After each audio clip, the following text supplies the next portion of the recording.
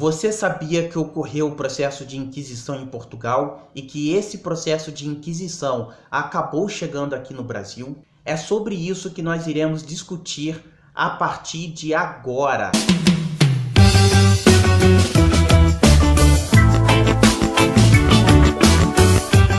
Fala galera, tudo bem com vocês? É um prazer imenso em estar aqui. O meu nome é Misael e eu sou professor de História. Vim trazer mais uma aula de História do Brasil, tanto para aqueles que querem se preparar para o Enem, e aqueles e aquelas que querem se preparar para a vida. Mas se você ainda não se inscreveu no nosso canal, não ativou o sininho para saber as notificações, esse é o momento. Aproveite para fazer isso. E se puder e quiser, me siga no Instagram. O link para o perfil do Instagram se encontra na descrição desse vídeo. Bom, agora vamos falar um pouco sobre a aula. Na aula anterior, nós falamos sobre a união das duas coroas da Península Ibérica, Portugal e Espanha.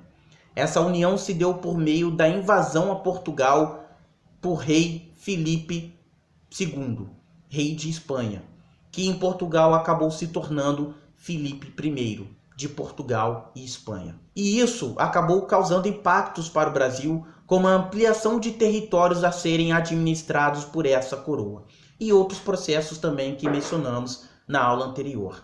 Agora nós vamos falar sobre um processo que ocorreu durante a união das duas coroas ibéricas. Mas antes, vamos voltar um pouquinho na máquina do tempo, vamos recuar um pouquinho para o passado e vamos lembrar que quando as duas coroas eram separadas, Portugal não havia invadido apenas o Brasil.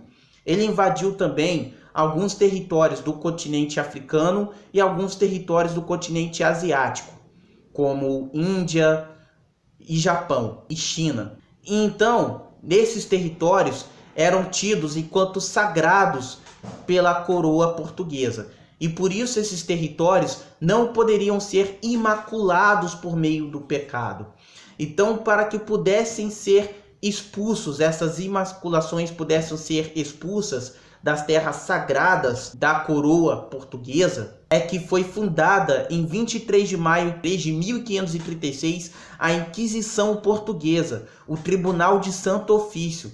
Então, a Inquisição Portuguesa, ela foi fundada com o objetivo de tirar as imaculações dos territórios invadidos pelos portugueses, conquistados pelos portugueses. E qual foi o impacto disso aqui no Brasil?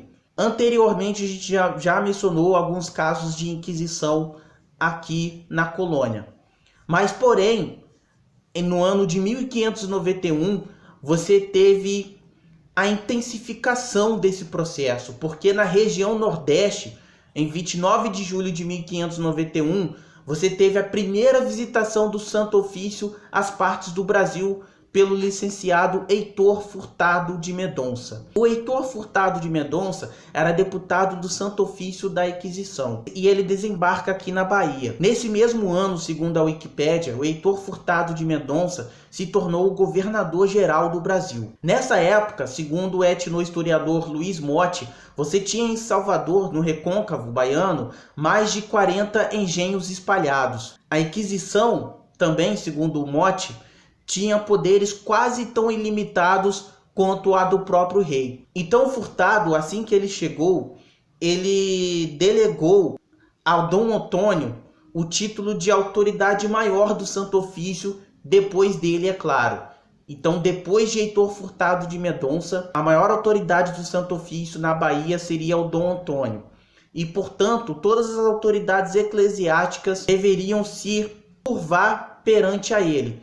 Todas as autoridades eclesiásticas e civis deveriam se curvar perante a Dom Antônio. E aí, galera, agora nós vamos pegar carona as falas do historiador Ronaldo Vanfas. Ele também pesquisa sobre esse tema.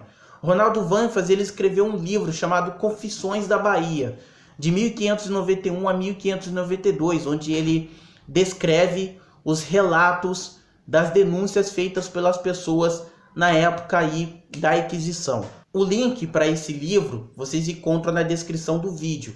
E na descrição do vídeo nós vamos colocar também links dos documentos de época, das denunciações feitas pelas pessoas ao Tribunal de Santo Ofício aqui no Brasil. Segundo Ronaldo Vanfas, o leque da heresias acabou ampliando. O leque de heresias. O que eram heresias? Eram pecados segundo o ponto de vista da Igreja Católica. E aí, o que acontece? Por que o leque de heresias aumentou? O leque de heresias aumentou porque você teve aí, por parte da Igreja Católica, o Concílio de Trento, que foi de 1545 a 1563. E esse evento foi um marco institucional da Contra-Reforma, ou seja, do enfrentamento da Igreja Católica Romana às igrejas protestantes. E por isso que você teve o leque, ampliação do leque de heresias. E aí, como a Inquisição ela temia a igreja protestante, ela passa a defender a pureza de dogmas e leis da igreja. Vale lembrar, galera, que esse tema da Inquisição caiu no Enem. A banca perguntou para o candidato e para a candidata como deveria ser o comportamento da sociedade segundo o ponto de vista da Inquisição. Então, segundo o ponto de vista da Inquisição, os comportamentos deveriam variar de acordo com os dogmas da Igreja Católica. Então fiquem ligados que isso já foi tema de Enem. Aí o que aconteceu? O que a Inquisição passou a fazer? Ela passou a perseguir os que duvidavam da virgindade de Maria, perseguir os que negavam não haver pecado na fornicação, aqueles que achavam que não tinha pecado você fornicar. O que era fornicação? Eram práticas sexuais condenadas por Deus. E quais eram as práticas sexuais condenadas por Deus? A homossexualidade, prostituição, orgia, traição e etc.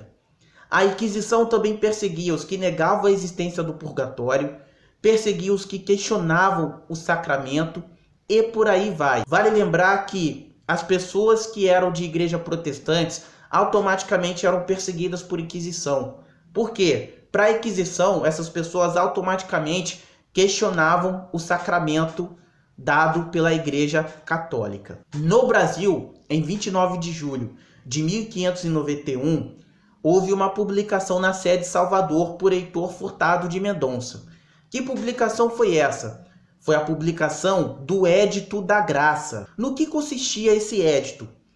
Esse édito foi o seguinte: nesse édito, o licenciado concedeu tanto à cidade quanto aos moradores 30 dias de graça. Ou seja, dentro de 30 dias, as pessoas deveriam fazer confissões para que pudessem ser perdoadas. E dentre essas confissões, vocês também tinham denunciações ao Tribunal de Santo Ofício. Um dos exemplos de denunciações que nós podemos trazer aqui foi a denunciação de um lisboeta feito a Chica Manicongo. O lisboeta acabou denunciando a Chica Manicongo. Mas quem era a Chica Manicongo? Seu nome verdadeiro era Francisco Manicongo. Mas por que Chica Manicongo? Porque ela gostava de ser chamada assim. Era o seu nome social naquela época. A Chica Manicongo era uma travesti preta. E essa travesti era escravizada de um sapateiro em Salvador. Essa travesti ela foi denunciada por um lisboeta, por quê? Porque ela usava roupas de feiticeiras africanas. E ela não queria usar roupas masculinas. Dizem que após essa denunciação, ela passou a usar roupas masculinas. E passou a ficar mais próximo do sapateiro, que era o possuidor dela, no caso. De 1500 a 92 a 1º de abril de 1602, Francisco de Souza, Marquês de Minas, se torna um novo governador-geral. Mas isso não quer dizer que as denunciações ao Santo Ofício no Brasil cessaram por aí. Isso não quer dizer que as denunciações pararam, porque no dia 10 de outubro de 1593, a Ana Rodrigues foi denunciada. Quem era a Ana Rodrigues? A Ana Rodrigues foi uma cristã nova. E o que era cristã nova? Judia convertida ao cristianismo, forçosamente ao cristianismo. Ela veio junto com a frota do 3º governador-geral do Brasil, o Mendes Sá. E ela ensinava a fé judaica aos seus filhos. Ela, enquanto cristã nova, ensinava secretamente a fé judaica aos seus filhos. Então isso demonstra a existência na época do criptojudaísmo, certo? E aí, com o criptojudaísmo, você tinha o ensinamento secreto do judaísmo por parte dos cristãos novos e principalmente as cristãs novas. Mas o que aconteceu com a Ana Rodrigues? Ela foi condenada à fogueira, mas porém, ela não seria queimada aqui no Brasil, ela seria queimada em Lisboa. E enquanto ela estava indo de navio para Lisboa, ela acabou morrendo. Então ela morreu antes de ser queimada. Então vale lembrar, galera, que o processo da Inquisição no Brasil também foi parte do processo da Inquisição em outras terras invadidas pela coroa portuguesa, que agora faziam parte também da coroa espanhola. E vale lembrar que na Espanha você também tinha a Inquisição.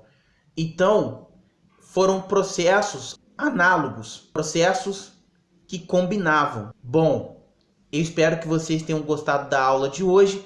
Se vocês gostaram, ative o sininho, se inscreva no canal e me siga no Instagram. E eu encontro vocês na próxima aula. Ah, eu não posso esquecer, galera. Quero mandar um salve pra galera da Rural, porque sempre quando eu peço para eles assistirem o vídeo, eles dão up na divulgação do vídeo no Facebook. Então eu quero agradecer a galera da Universidade da Rural, que foi a universidade onde eu me graduei em História.